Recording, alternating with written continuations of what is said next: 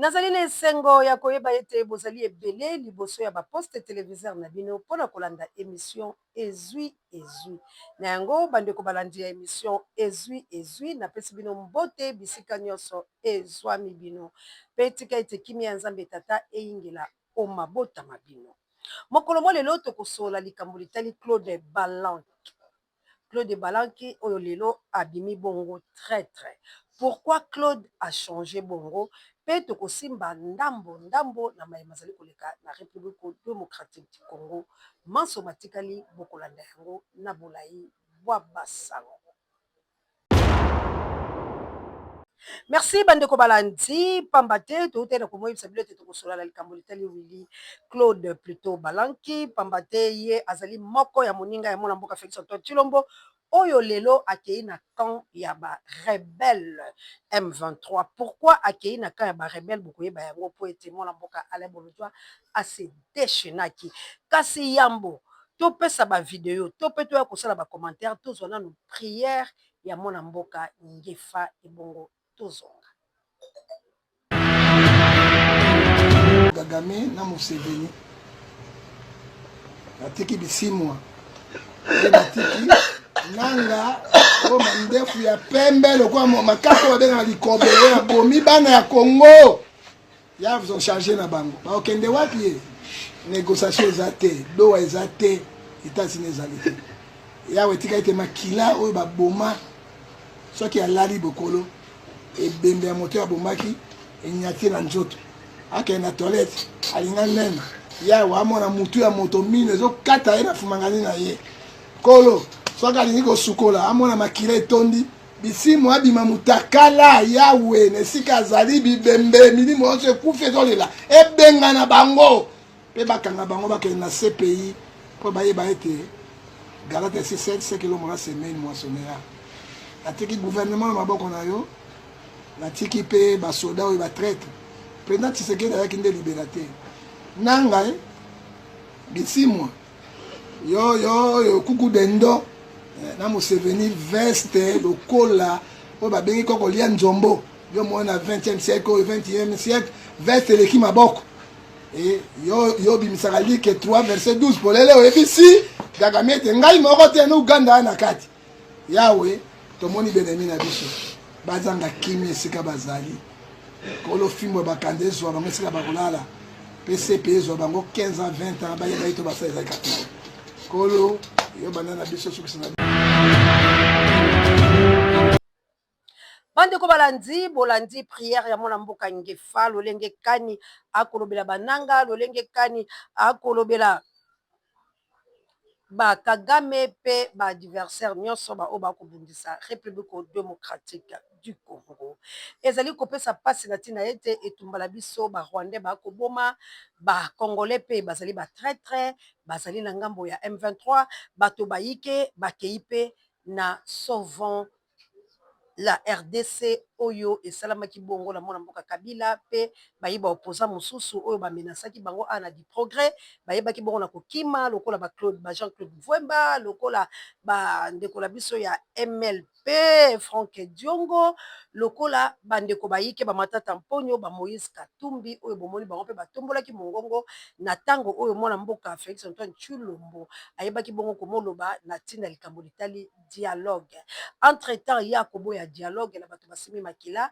entre-temps ye moko pe azali kokele bongo koluka lolenge kani ya kobondela kaka bato basimbi makila basola na lolenge ya kuku nde likambo wana bakongomani mpenza basepe nango te balobi sans dialogue inclusif oyo esengeli bavanda bango nyonso esika moko baproblème bazala wana po ete problème ezali mwana mboka Félix Antoine Tshilombo problème ezali bongo Joseph Kabila Kabange problème ezali bongo nanga problème ezali bongo baweli ngoma boyebi lolenge nini bayokanaka lolenge nini basalaka armée lolenge nini esangelaka bayeba kokamba lolenge nini bakendeki kozwela biso général oyo azala aprovokaka mpe guerre oyo Kabila mpe akangaka ye oyo ayaki mpe kokoma Félix abimisaki ye ezali na bato bayiki oyo mwana mboka Kabila akangaka bango Félix ayaki kobimisa bango mpe apesaki bango bampete oke bato wana baprovokaka déjà coup d'état bato wana bazalaki déjà kosala rébellion yango mwana mboka Kabila akangaka bango mwana mboka Félix ayaki mpe kobimisa bango lokola ba Christian oyo wana bato bazali bongo bayike nde omoni lelo ekobendela bango ba problème bango so lelo bazali na boloko abimisaka bango pourquoi tokoyoka lelo akangi bango pourquoi tokoyeba yango bozala kaka branché yango tozali kosenga bosabone massivement na océan du Congo epai oyo bokozwa ezwi bisika oyo tokolobela mboka Congo po ete ezali chaîne na bino ya libération tomobilisaka tosensibilisaka toconscientisaka mpe tosalaka éveil patriotique bandeko ya mbola tina bilo mona mboka ale bolojwa bolanda ye mpenza lolenge nini ameki kosembola likambo ya Claude Balanke pourquoi lelo akei parce que abandi koyebisa na Félix ete mwana mboka Félix Antoine Tshilombo esengeli tosala makambo lolenge toyokanaki yo otyaki nga bisika wana po ete nasololaka na bato po ete nazala na bango lelo oyo okomi kosala okomi kotya bavi na biso en danger bakoboma biso mpe bazali koboma bakongomani yo ozangi motema ya mawa alors moto nyonso oyaka pembeni ya Félix Antoine Tshilombo po ete aloba na ye bosolo akomaka nuisible epai ya Félix donc Félix Antoine Tshilombo alingi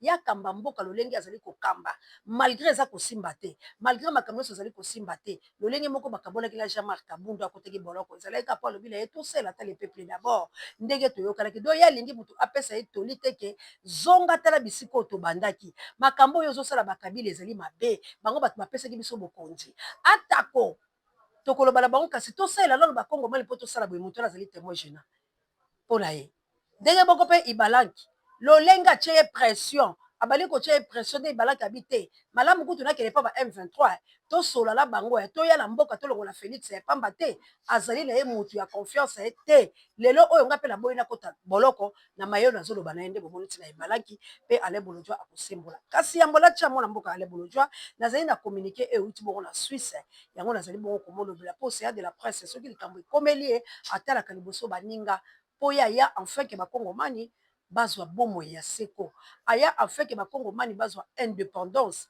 alors etumba na ye ezali kobundela bakongomani etumba na ye elingi ete république démocratique du Congo mpe bakongolais nyonso bazwa indépendance na bango mpe bosomi bwa bango ezongela bango na maboko mpe basala lolenge bakosala papa Denis équipe pour la te na États-Unis d'Amérique mana na nga na kunya dola nga na États-Unis d'Amérique yanga mokonzi na Angleterre ba mama missionnaire na plus 32 na mboka nita babe il faut que moto pe bakoko alumumba Guillaume Ngangulao espérons que komi bien nangolu ya nzambe tata bandeko bo s'abonner bo like émission bo partager lolenge mwana mère de Brino asalaka na Autriche et où télévision la Suisse ndenge na uti komo yebisa bino ba mama na ba papa ya Suisse baleli bazali kolela na kombo ya nani ya avocat oyo monsieur A na bombi kombo la ye monsieur l'avocat na tio monsieur A po kombo la ye bandi na A monsieur A oyo ezali avertissement pamba te ngai océan nakozwa memo ya bandeko nyonso bazali na Suisse ya bandeko nyonso bazali na Suisse précisément na Zurich bisika oyo bolobaka ki allemand alors monsieur l'avocat A plus de 30 personnes oyo majorité ezali mingi bamama balingaka mpenza makambo ya kanza te baza na baproblème na kati ya leta alors yo bimi lokola avocat meilleur ya bango bazwi yo avocat na bango mpo okende kosambela bango basali yo confiance parce que ozali mpe moko ya bango bapesi yo ba 400 francs suisse ba 500 francs suisse po okende bongo na justice na ntina ya dossier na bango bazali komenanse bandeko na bango ana Kinshasa bazali kotorture bandeko na bango ana Kinshasa alors il fallait dossier na bango etambola yo l'avocat A omiyebi na Zurich mpe bamama bazali kolela omoni bango lokola baza faible te mpo bazali na molobeli na bango océan de la presse congolaise bakotikalaka jamais kozala faible mpe nazali koyebisa na bino bato ya lolenge oyo bakongomani bakolelaka te mpo océan azali peu importe dimension tokopombola bino mpe tokokomisa bino na suka alors l'avocat A nazali kosenga na yo ozongisa mbongo ya bato nyonso bapesi yo plus de 30 personnes oyo majorité bazali basi mibali bazali motango moke ozongisa ba 400 francs suisse ba 500 francs suisse oyo bapesaki na yo yo ozwi mbongo na bango okomi na yo producteur okomi na yo saper au comme na mutu oyo ba musicien betaka ba musique ba musicien ba bokelaka yo, toi tu ne travailles pas derrière le dos ya bato baza souffrant baza koluka ndenge nini bazala à l'aise po ba yeba ndenge nini ya kotala likambo ya ba famille na bango batika na Kinshasa. Alors yo kei ko escroquer bango ba 400 francs suisses ba 500 francs suisses aux yeux tout le coup il y a plus de 30 personnes mais sur la bango au commis producteur papa A mais c'est l'avocat A toko kende l'ambassade à Suisse natindi déjà memo bato ba signé yango tokele ko interpeller na ambassade à Suisse tokele ko déposer memo wana pour la yo. Alors nazali ko yebisa yo po lobi o regretter te po onga la lobaka la sela yango surtout ceux qui nzamba approuvé yango kaka lobi océan kele ko sala wana o mata o kitala ko sala yango tel que ça po na yebi ke nzamba za contreté. Alors l'avocat A ovandi la Zurich oyebi makambo la zoloba dossier no yekomi na maboko océan zali de ko déposer memo soki ba mama na ba signer ba tongiselinga na ke ko déposer en ambassade à Suisse to kende tuluku ya batu oyo toko tia ba photo la yo escroc na Suisse mais c'est l'avocat escroqué plus de 30 personnes bambongo la bango po okende ko sambela bango okenda te. Alors nazali ko senga yo mbongo ezali difficile muto azala problème na l'état azali ko sala la pasi cela veut dire abimisi mbongo ala pasi po yo jure nango te kende kozongisela bato wana nyonso bambongo la bango bandeko langa ozala na France ozala États-Unis ozala Canada ozala wapi bon partager mission à lelo mais c'est l'avocat en Suisse la Zurich précisément a escroqué plus de 30 mamans ba 500 francs suisses ba 400 francs suisses. Alors ceux qui opacité okoyoka ba ko interpeller l'ambassade de Suisse parce que biso toko kele ko déposer memo toko kende ko plaider pour na yo parce que ozali escroc yo ko comme saper na mbongo ya batute s'il te plaît yo ko comme producteur na mbongo ya batute okokoma te babwakaka yo koma soki nani na mbongo ya bato baza konyokwama oyo bazali na problème na l'état pe bazali koluka lolenge ni ya kotrouver solution mais yo olingo mela bango. Ah monsieur l'avocat A message yo ekomela yo ba mama ya Suisse bozala tranquille tokokei na ambassade de bilo ya Suisse pona kofunda ye pe ko déposer memo wana akozongisa bambongo la bino soka zongisi yango te boyebisanga tokokele cette fois-ci ne tuluku ya bato nde tosalaka ba marche kocha ba photo la ye kombo na mobimbe ko sitame bientôt zongisa mbongo ya bato lotiliki ezali kosala biso défaut bandeko ya banzi communiquer oyo ekomela yo avocat escroc monsieur A na Zurich la Suisse bisika wapi o escroquer plus de 30 personnes oyo majorité bazali ba mama o escroquer bango mbongo la bango zongisela bango poto yo kana yo malamu bandeko balandi avocat oyo azali escroc bokeba ozala problème komeka kobenga avocat ote monsieur A mikolo mizali koyela kocha photo la epela koma komole mobimba peto oke l'ambassade à Suisse a escroquer ba maman mbongo la ba papa ba 400 francs suisses ba 500 francs suisses un escroc a commis escroc vedette. Alors bokeba monsieur l'avocat A tu es déjà averti et zongisa ba mbongo ya batu sinon tokoke na ambassade ya Suisse pona ko déposer memo na tina na opoko mona ba photo na. Alors tokotala na yo balani nde bakolonga po yo zali moyibi on se moque pas de Dieu okomona makambo ekoyela yo bandeko balandi tolongola biso na makambo oyo touti koloba sikoyo ya escroc ya avocat A oyo na Suisse tokele sikoyo kozwa video ya mwana mboka Ale Bolojwa o azali kosembola biso pourquoi Willy Balanke akei na M23 vidéo s'il vous plaît. Et comme est-ce qu'on peut arriver qu'en international, bazo reprocher Félix c'est que le non-respect à l'accord. Ce qu'on a non-respect à l'accord, on a yé, Mouto a porté responsabilité à l'accord Wana, Yende Claude Balanke. C'est lui qui a engagé le gouvernement. Tant que Félix c'est que Monique Claude Balanke a commis une pression. N'est que l'Ongola na coordination à comité de suivi, il y a encore cadre d'Addis Abeba. Bon, kende côté à maison communale ya Gombe. Patindi Mamadou Ndala va kende kokanga. tango bakangi bango babandi kosambisa au même moment bakangaki pe John Chibangu. John Chibangu asalaka pe mouvement na ye rébellion na ye na Kasai. John Chibangu est général. Asalaka pe mouvement na ye na Kasai. Mouvement na ye na Kasai était soutenu par l'IDPS. Au moins, ça bino politique c'est l'histoire. Mouvement rebelle. Parti opposition ko soutenir. Bon autant ba parti opposition va soutenir ba rebelle kuna oyo ko kama. Hein? IDPS soutenir John Chibangu. Ndeko na ngai. IDPS asaka rébellion na mbokoti. Oh. Bino nde bolinga ko bobo ndeko yoka. Tango na lobaka yango batiaka ba mangungu balobaka. Mais bakoka ko suka basuka aka na nzela. Et heureusement pour na yo peut-être na ko retrouver ba document yango. Ezali rapport ya ba expert ya conseil de sécurité ya Nations Unies. Nde ba pesa rapport wana. Ba pesa rapport avec détail ndenge maramunyo c'était salema. Ndenge IDPS azo soutenir. Exact. OK. So OK kotala otali na rapport ya conseil de sécurité à 2012. 2012. Otali na page 28, 29, 30.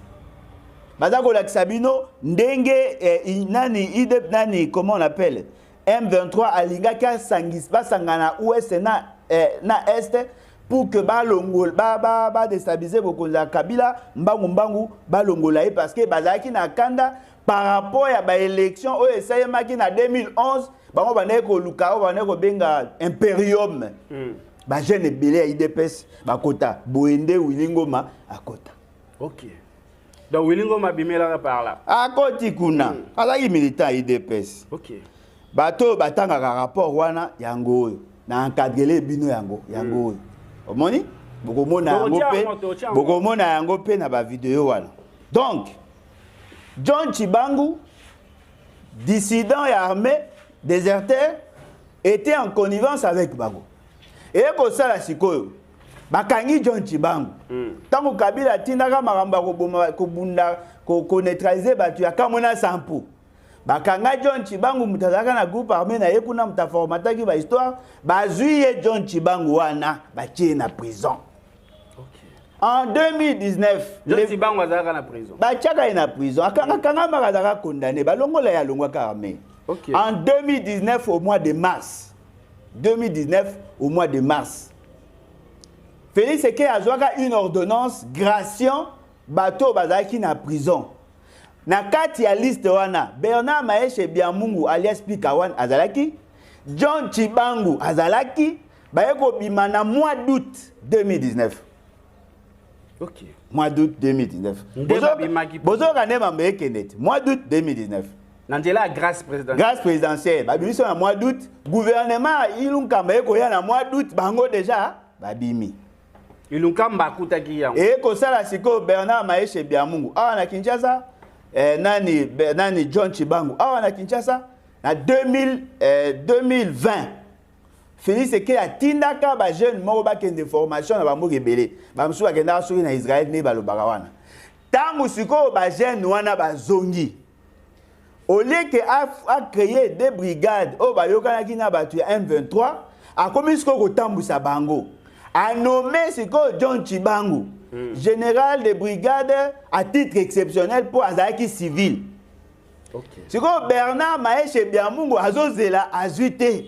Batambuse ti na mois na 2022 na mois d'août pekaka. Nda eko décider eko bima. Ba bima wa bazaka po bakanga bango 11, 5 bazaka a quitté, 6 bazaka condamné. Ba bimaka je crois bakoza ba 13 ou 14 ba officier au babimaki abima akeinda akei kuna akekozwa charge ya chargé des opérations et renseignements militaires ya M23. John Chibangu atikali awa. OK. Bokende kotala batu nyonso bazalaka ya M23 à l'époque bango tout babimaka prison. OK. Siko nyonso wana Jean-Claude Ibanake yene mutane ko s'occuper na wana ko futa bango bambongo ko lukila bango babiye ko sala nyonso ko soana bango tango eko arrivé que Félix Eke akomi ko boya bitumba siko e bandi bitumbe bani na 2022 mais 2021 Claude Balanke, na Bernard Maïs et Bertrand 6 mois. Bah signa quand à Kampala accord et puis bah ils vont signer sur je crois na Luanda bah signer sur accord. Ils ont 2 accords. Na 2 accords wana o ezo sale malelo nde ba yokanaka. Nini yango? Ba fanda ba solo là, ba harmoniser, ba kota na armée, ba pesa bango ba avantage, ba longola o nyo surtout Kabila tchaka na charge na bango pour que ba yeba koza na kimia. Na kati wana sko batu na bango misuso ba oti ko kangama. Bango ebonga eba bima. Et comme est-ce qu'on peut arriver qu'en international, bazo reprocher Félix c'est que le non-respect à l'accord. Ce qu'on a non-respect à l'accord, on a yé, Mouto a porté une responsabilité à l'accord wana yende Claude Balanke. C'est lui qui a engagé le gouvernement. Tant que Félix c'est que a montré que Claude Balanke a commis une pression. N'a kolongola une coordination un comité de suivi et encore cadre d'Addis Abeba. Bon, kende côté à maison communale ya Gombe, na venir la justice je pense. Yango wana, boko mona na droite kunande zali comité coordination. Bande ko bolandi la bokebi. Bomoni ete bato nyonso bazolongwa pembe na mona mboka Félix Antoine Tshilombo. Bazali kolongwa soki bolandele ezali kala likamoko. Cela veut dire bango bazali koboya makile ya bakongo mani etanga.